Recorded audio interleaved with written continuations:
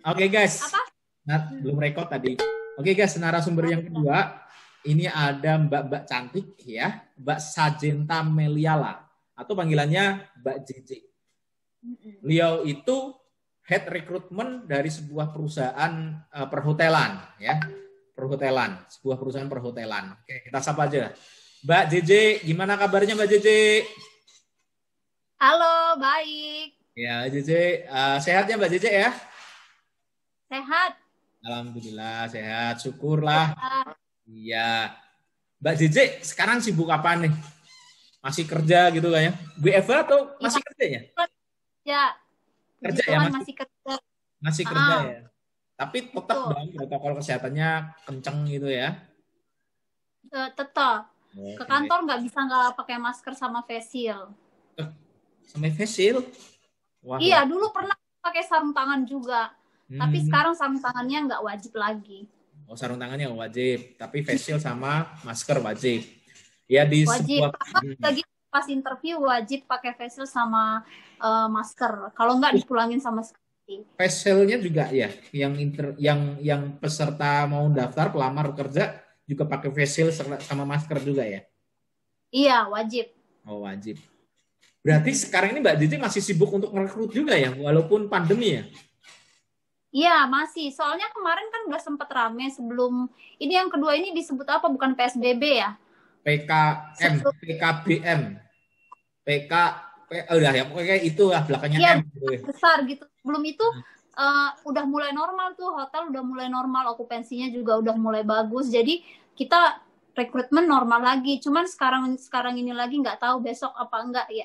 Kalau mulai minggu ini sih kita udah hold lagi. Hmm. Ya, tapi untuk perekrutan sendiri, walaupun masa COVID kayak gini, perekrutan di perusahaannya Mbak JJ masih kenceng ya, masih sering ya, masih sering merekrut ya itu ya. Berarti perusahaannya valid gitu ya, bonafit gitu ya. Betul sekali. Luar biasa. Masih. Dan sekarang sebenarnya apa ya? Lagi bagus untuk rekrutmen gitu karena banyak orang-orang yang karyawan-karyawan yang loyal di hotel-hotel sebelumnya itu kan di-cut gitu. Jadi kita bisa hijack mereka pas lagi nggak kerja. Oh, ini berarti saat yang berburu malahan kayak gitu ya. Iya, jadi kita dapat kandidat yang bagus-bagus gitu dari Oke. hotel-hotel tersebut. Boleh tahu Mbak JJ di sana itu rekrutmennya sebagai apa ya? Maksudnya sebagai apa? Posisinya Oh, kepala sebagai bagian. rekrutmen staff, supervisor, head atau general manager? Head ya. Oh, section. Rekrutmen Betul. section head. Oke. Mbak JJ, kalau ngerekrut orang ini, saya kan ini di konten saya ini kan lagi ngobrolin tentang gimana sih pelamar kerja itu biar lolos, biar lulus gitu kan ya, lulus lolos gitu. Retail gitu kan ya, sekarang di hotel gitu, perhotelan. Betul. Ya. Bisa, ya perhotelan. Nah, untuk bagaimana lolosnya? Pertama dari surat lamaran dulu nih Mbak JJ. Surat lamaran itu ada nggak sih seorang rekrutmen itu first impression dengan surat lamaran doang itu ada nggak? Maksudnya tertarikan pertama dari surat lamaran itu ada nggak Mbak JJ? Biasanya kita dari foto sih ya. Dari Cuma foto, kalau ganteng apa enggak gitu? betul, iya fotonya Good looking apa update enggak? apa enggak gitu Oh, itu update. biasanya. Kalau dulu kan surat lamaran dulu kan pas foto ya, pas Hmm. foto. Kalau sekarang tuh kebanyakan lamaran-lamaran yang bagus itu bukan pas foto lagi, tapi Bukan foto kali enam yang yang gini ya? Bukan. enggak gitu. Jadi, tapi fotonya tuh foto bukan pas foto tapi kelihatan bagus gitu. Oh, fotonya tetap kecil tapi dia close up kayak gitu ya? Betul, close up gitu kebanyakan. Tapi Iya. kalau untuk lamaran-lamaran sih standar ya, kecuali untuk lamaran graphic design gitu-gitu biasanya kita lihat dari model lamarannya gitu. Model Hasil lamaran. desain. Kalau desain lamarannya ya. Betul, tapi kalau misalnya untuk posisi-posisi yang bukan desain atau drafter gitu, biasa sih yang penting lamarannya jelas dan nggak sulit dibaca gitu. Intinya lebih halaman kan standar ya, halaman 1 surat lamaran, kemudian yang kedua identitas diri, harus ada nomor handphone itu yang penting. Masih banyak banget lamaran yang masuk itu nggak ada nomor handphonenya, terus kita ngubunginya gimana gitu ya. Terus Itu yang ngelamar gak kedua, ada nomor handphonenya gitu. Mungkin Mbak Cici betul, suruh ngirim surat balik kali, kan ada alamat rumahnya. ya kali sempet ya. Tapi biasanya kita akan masukin ke trust lamaran-lamaran yang seperti itu karena kita nggak punya waktu untuk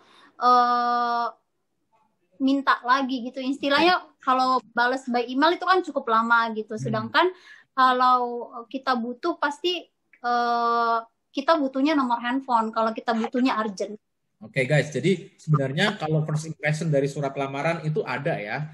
Tapi kalau dari Mbak Zizi sendiri mengatakan kalau bukan lowongan sebagai desain ataupun drafter, lamaran standar itu nggak masalah. Yang penting fotonya update, fotonya close up, update kayak gitu. Jadi ada ketertarikan di awal kayak gitu. Tapi kalau desain atau drafter tetap harus dari lamarannya sudah menggambarkan bahwa dia seorang desainer kayak gitu ya Mbak Zizi ya.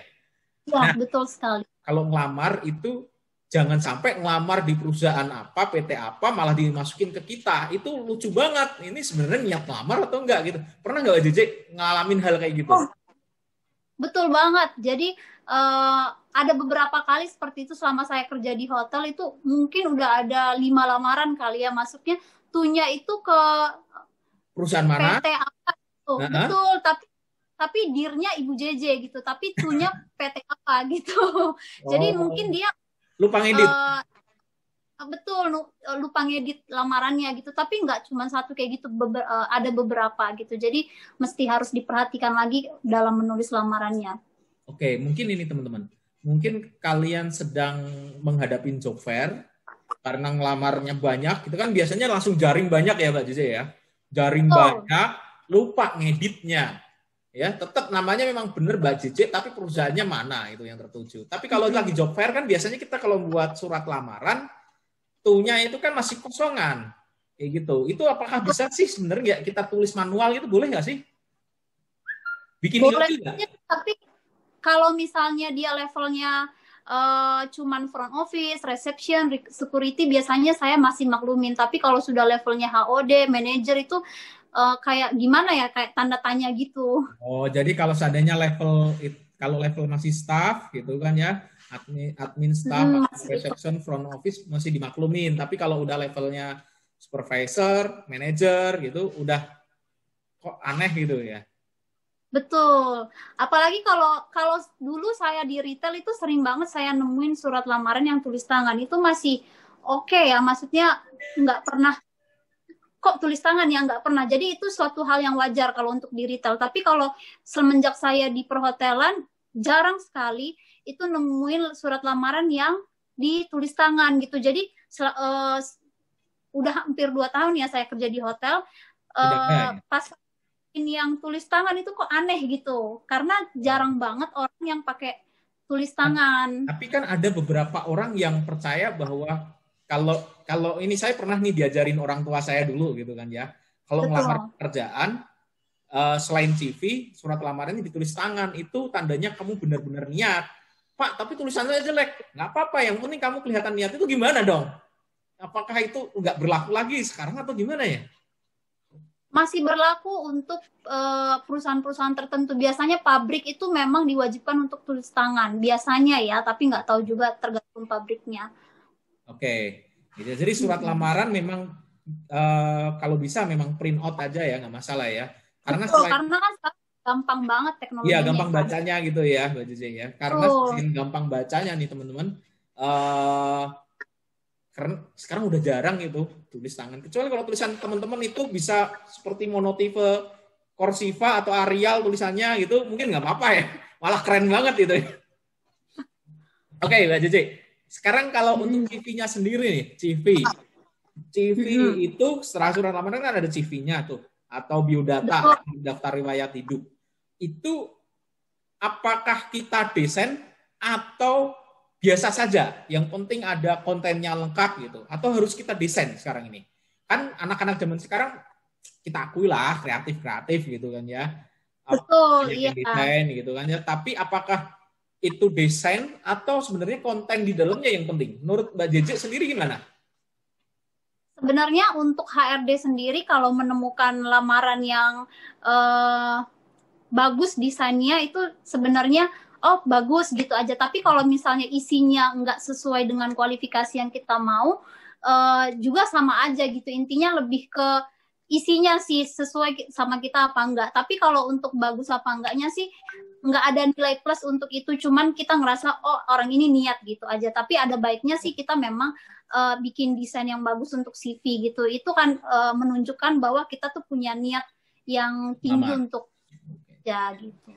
Berarti benar kontennya, tetap kontennya, tapi kalau bisa selain konten didesain juga. Nah, sebenarnya kan sekarang ini udah gampang ya desain-desain kayak gitu. Kita masuk ke Canva aja atau ke aplikasi-aplikasi yang ada di internet itu kan banyak yang desain online gratis. Tinggal pencet-pencet bisa desainnya jadi kayak gitu ya. Betul banget. Kontennya. Nah, masalahnya nih Mbak Cici, kalau kita sebagai fresh graduate kan konten kita isinya masih kosong pengalaman kerjanya. Gimana itu? Berarti kita harus nyerah aja atau gimana?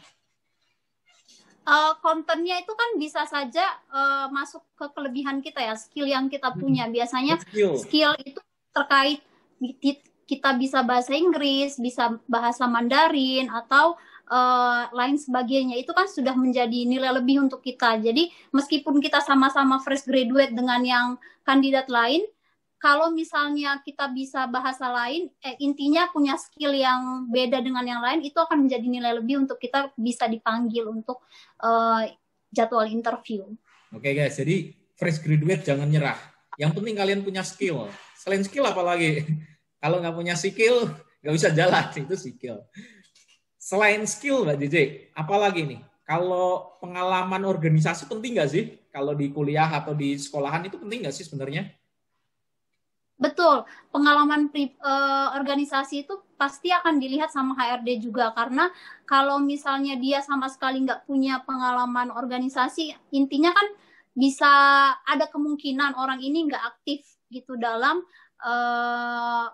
kalau misalnya di kampus saja dia nggak aktif, bisa saja di tempat kerja nggak kreatif gitu. Oh, jadi sebenarnya dicari kreatifnya atau aktifnya?